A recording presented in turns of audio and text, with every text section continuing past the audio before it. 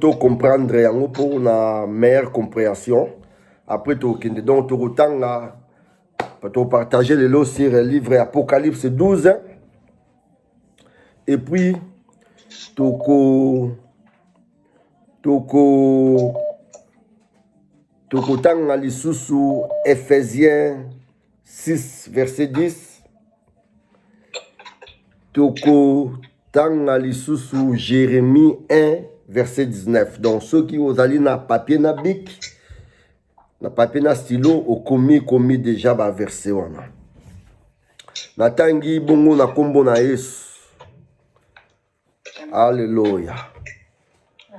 Un grand signe est paru dans le ciel, une femme enveloppée du soleil, la lune sous ses pieds et une couronne de 12 étoiles sur sa tête.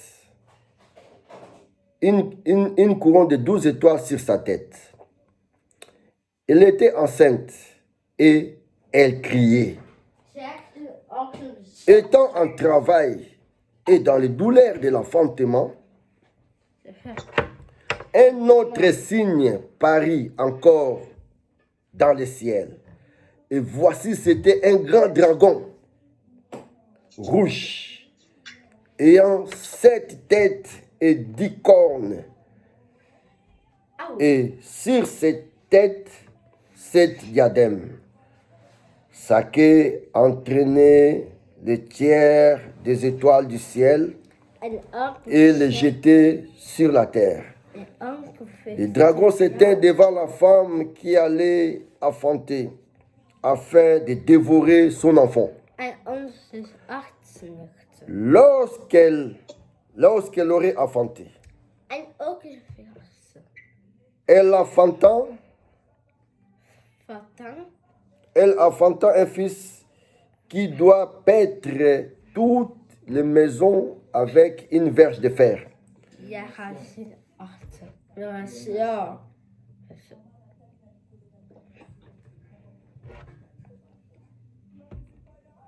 Alléluia. Elle enfanta un fils qui doit paître toutes les nations avec une verge de fer. Et son enfant fut enlevé vers Dieu et vers son trône. Et la femme s'enfuit dans le désert où elle avait un lieu préparé par Dieu afin qu'elle y fût nourrie pendant 1260 jours. Et il y eut guerre dans le ciel. Michel et ses anges combattirent contre les dragons. Et les dragons et ses anges combattirent, mais ils ne furent pas les plus forts. Et leur place ne fut plus trouvée dans le ciel. Et il fit précipiter les dragons, le serpent ancien appelé le diable et Satan, celui qui séduit toute la terre. Il fut précipité sur la terre et ses anges furent précipités avec lui. Et j'entendis dans le ciel une voix forte qui disait: maintenant le salut est arrivé et la puissance et le règne de notre Dieu et l'autorité de son Christ, car il a été précipité l'accusateur de nos frères. C'est lui qui les accusait devant notre Dieu jour et nuit. Ils l'ont vaincu à cause du sang de l'agneau et à cause de la parole de leur témoignage. Et ils n'ont pas aimé leur vie jusqu'à craindre la mort. C'est pourquoi réjouissez-vous, cieux, et vous qui habitez dans le ciel. Malheur à la terre et à la mer, car le diable est descendu vers vous animé d'une grande colère, sachant qu'il a peu de temps. Quand le dragon vit qu'il avait été précipité sur la terre, il poursuivit la femme qui avait enfanté l'enfant mâle. Et les 2 aigles du grand aigle furent donnés à la femme afin qu'elle s'envolât au désert vers un lieu où elle est nourrie un temps. 2 temps et la moitié d'un temps, loin de la face du serpent. Et de sa bouche, le serpent lançant de l'eau comme un fleuve derrière la femme, afin de l'entraîner par le fleuve.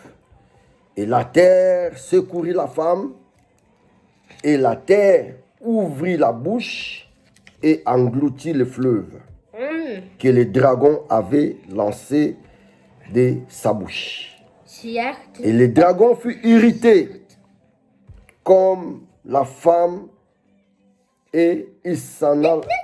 Le dragon fut irrité contre la femme, et il s'en alla faire la guerre au reste de sa postérité et à ceux qui gardent le commandement de Dieu et qui ont le témoignage de Jésus.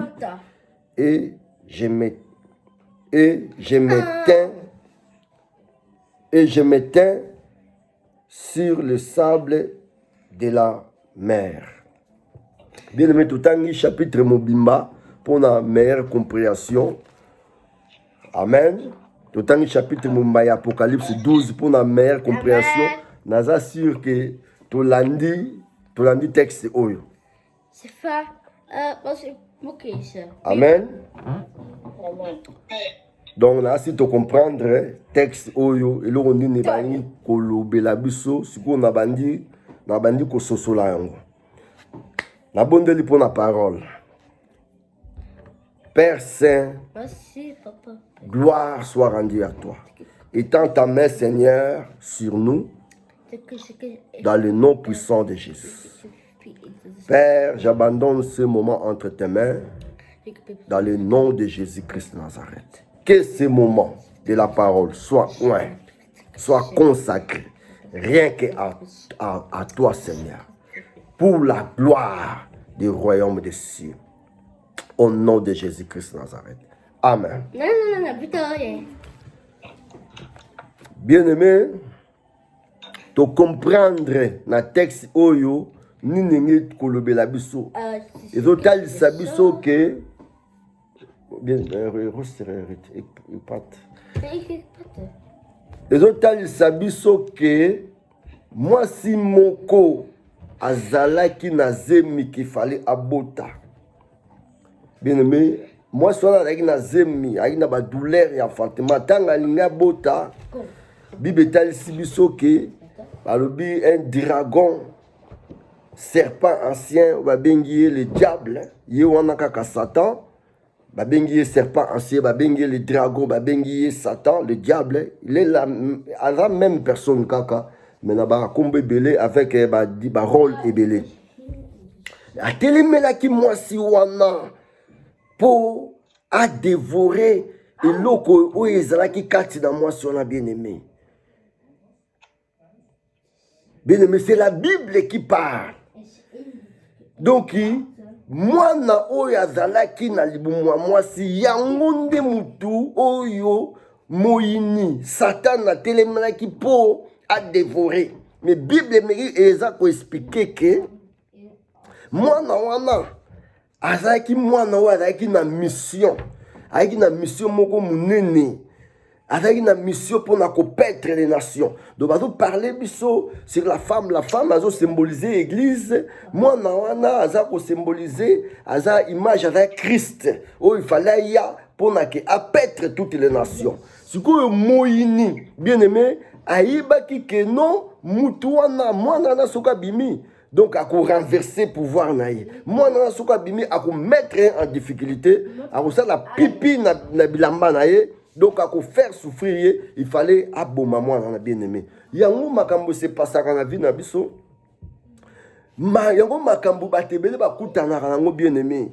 Au monde na batake belé batu bazwaka. Oyo ezana no na kati ya nzoto na kati ya libumu mona mwasi soko azana zemi bien aimé ezaka makambo belé. Au monde na boye donc mwana botami boye mwana kufi mwana mususu ozana zemi kaka na zemi mona kaka ba zemi longwe bien aimé ezake muyini amoni déjà que mwana na mabota na yo ezana bana bakobimo be mwana moka kobima azana étoile. Donc ce tolandi histoire ezake muyina mona ki étoile ya mwana na kati ya libumu. Donc, à mon avis, déjà, étoile, il y a moi dans la carte, il y a liboumou. Bien aimé, parce que Satan a un esprit. Vous comprenez? Donc, Satan a un esprit. Donc, Satan a mon naka, makambu na esprit. Donc, Dieu est esprit, Satan est aussi esprit. Donc, Satan a mon makambu, yo mon nakate, yo mon naka, ozana zemi boye. Aujourd'hui, que moi, nana, soka kozani, mais dans le monde spirituel, bah, monde déjà que non, moi, na moko aza kobima, bah, moi déjà étoile naye, yango mona ke, bah, zemi muso mona boye, bah, zemi muso zana bitumba. Bando zwa bah, zemi bitumba na bitumba. Muso mona boye, ma bota na yo bitumba na bitumba, comprendre mais pourquoi? Au bota kate. Pourquoi zwa ka zemi longa kaka? Pourquoi? Parce que mabota no bazomona ke na mabota na no bokita na yo okobimbisa batu moko boya étoile. Ya nyongo moni monya kotika yo jamais obota. Yo soko pe oza na discernement te. Yo pe soko oza na kati ya kososola te. Donc mona nga ke za normal. Donc mona nga za normal. Ya moni na après-midi lelo Kolo a côté biso na dimension pour te fongola ba écriture oyo bien aimé. To bandi na Apocalypse peut te kotambola malembe. Yango moni que bien aimé pendant que j'étais dans le voyage, tant on a voyagé, tant comme on a préparé qui ba message mususu. Mais tant on a comme na kati mboka, tant on a comme na kati mboka, na fandi kaka une semaine. Bien aimé, na yo kaka na litoi na ngaya droite pendant que je dormais. Na yo kaka voix moko elobeli nga na litoi na ngai. Elobi Stéphane, mon serviteur, mon fils que j'aime beaucoup. Il y a la guerre. Mais toi, tu vaincras.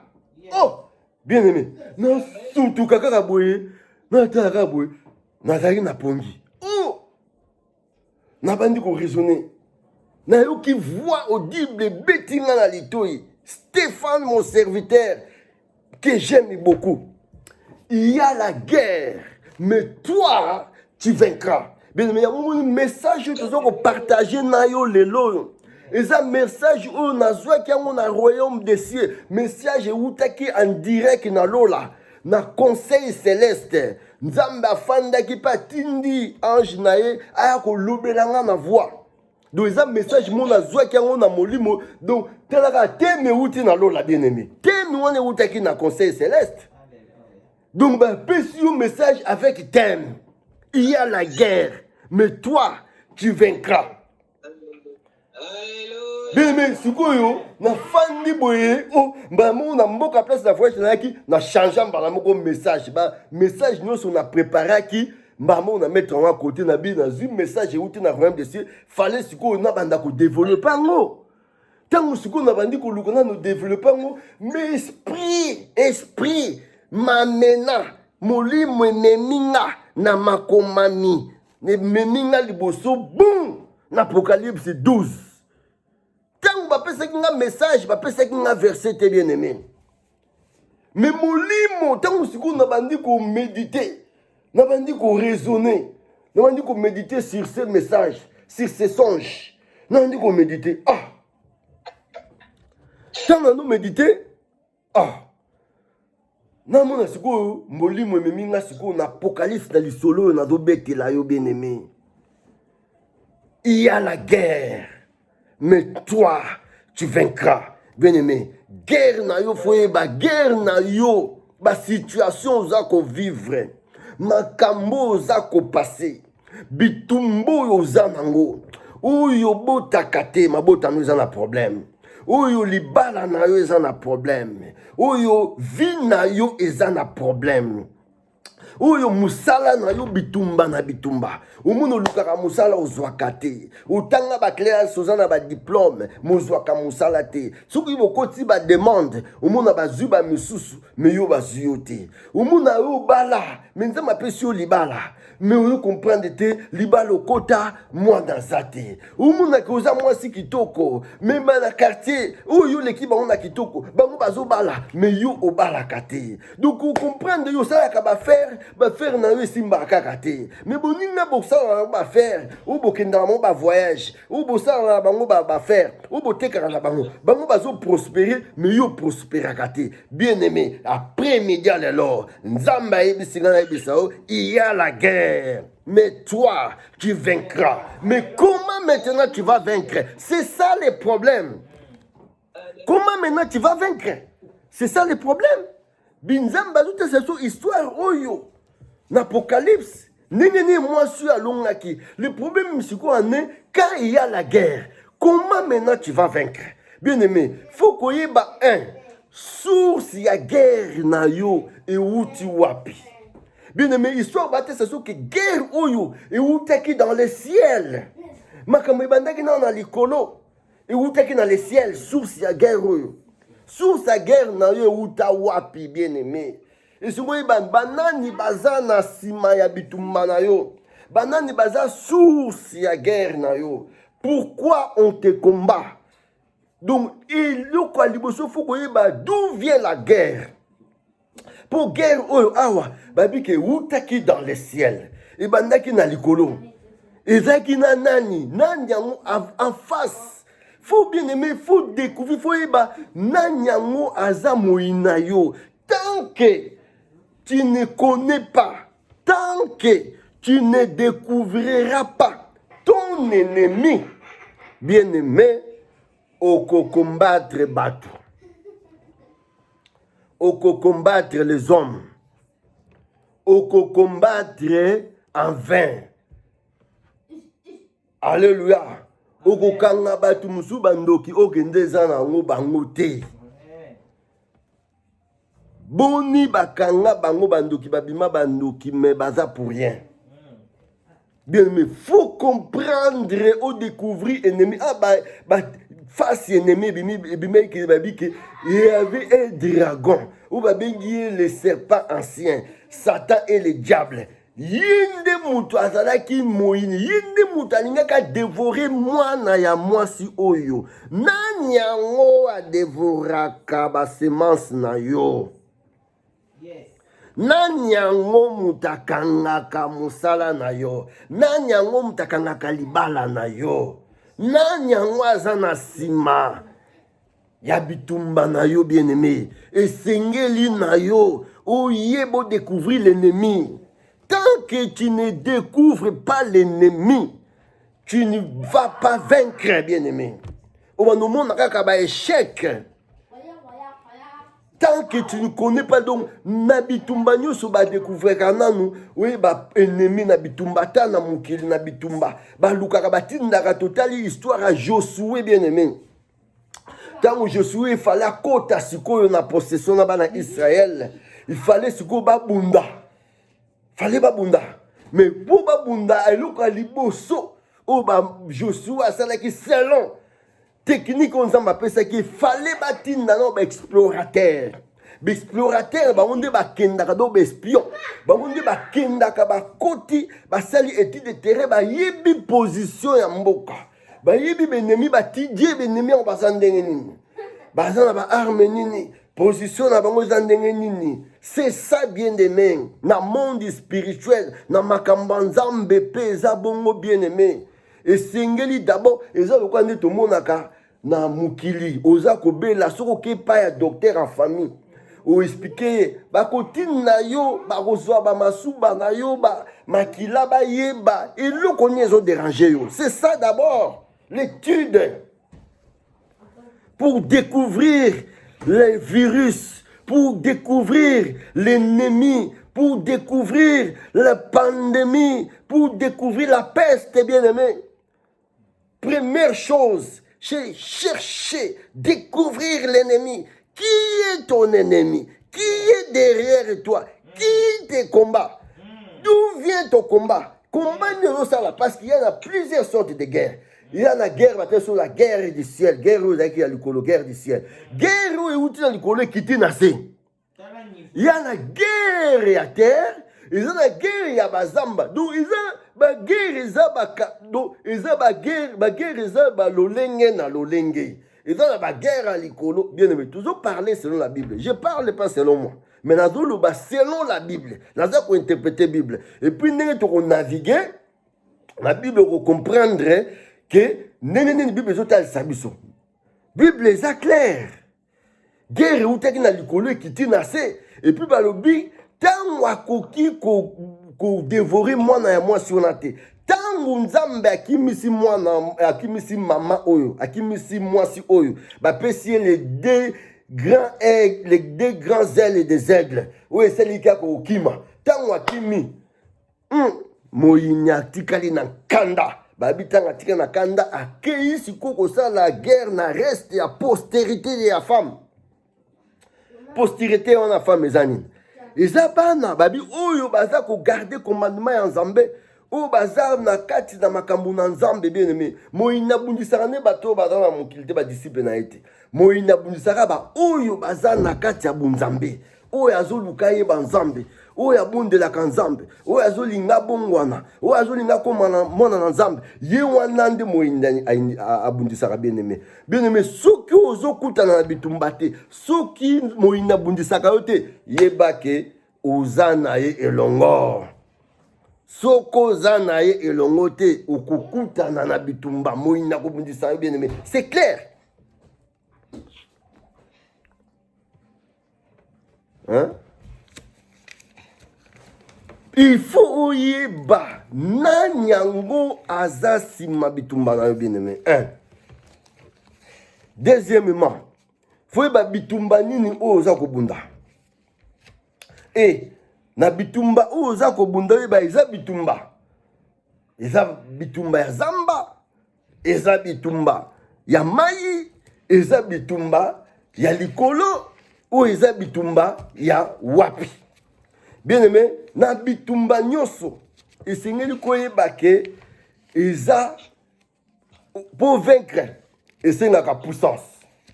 Eza na adage moko balobaka na mokili babake les vaincus d'hier sont devenus à leur tour les grandes puissances d'aujourd'hui. Do bato bapola ki lobi. Lelo oyo na tango na bango bakoma batu oyo ya makasi. Ba américain bazaki bapolaka lobby. Mais lelo bakoma ba puissance ya monde. Bien aimé, tout tala na Hollande. Bitumbe raté. Mais il se prépare chaque fois. Bazako somba toujours ba armement. Ba s'entraînera toujours pourquoi? Pourquoi? Bon baza toujours makasi. Bien aimé, soko za makasi te. On gagne bitumba te.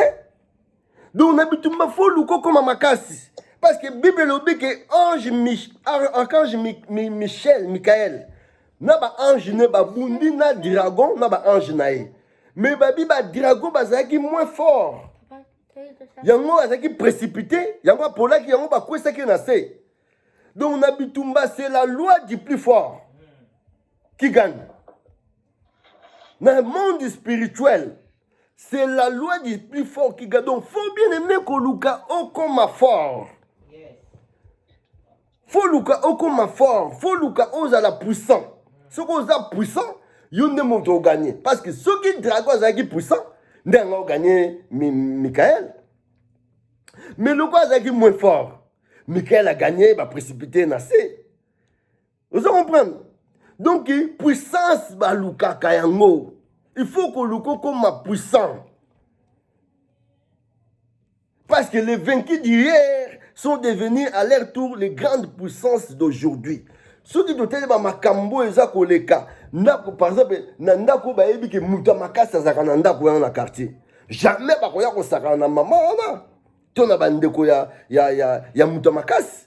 Pour battre nyonso banobanga ke kuna moko tezate. Parce qu'il y a un homme fort là-bas. Bien-aimé, dans le monde spirituel, na bitumba, na guerre. Donc, ils ont de moi, na bien-aimé. Donc, tant qu'on a fort, tant qu'on a faible, bako lié yo, bako bako nase. Amen. Quelqu'un dit un bon amen. Quelqu'un dit yes. Quelqu'un dit apôtre parle. Quelqu'un dit apôtre parle. Apôtre parle. Donc, nous avons tous en la guerre, tous en la sortie à guerre, tous en la guerre céleste, tous en la guerre terrestre, tous en la guerre forestier, tous en la guerre yamaï, donc tous en la guerre ébélé, la sortie à la guerre ébélé. Mais en ce qui concerne la guerre, la guerre, c'est le fort qui gagne. Donc pour nous vaincre, il faut que nous au coma fort, il faut nous puissance, il faut la fort, il faut se fortifier. Donc na Éphésiens, donc Éphésiens 6, pour nous démontrer oyo